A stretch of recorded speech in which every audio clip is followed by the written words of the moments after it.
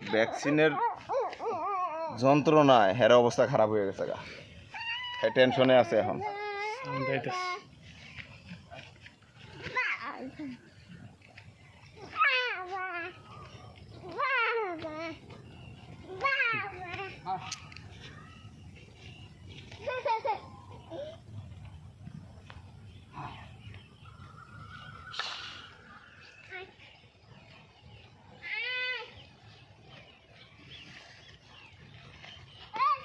কদিন পরে দিব পুরা রোগের ভ্যাকসিন,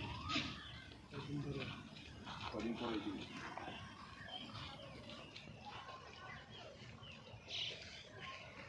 পুরা রোগের যে ভ্যাকসিন পুরো সরকারিভাবে আনতে হয়।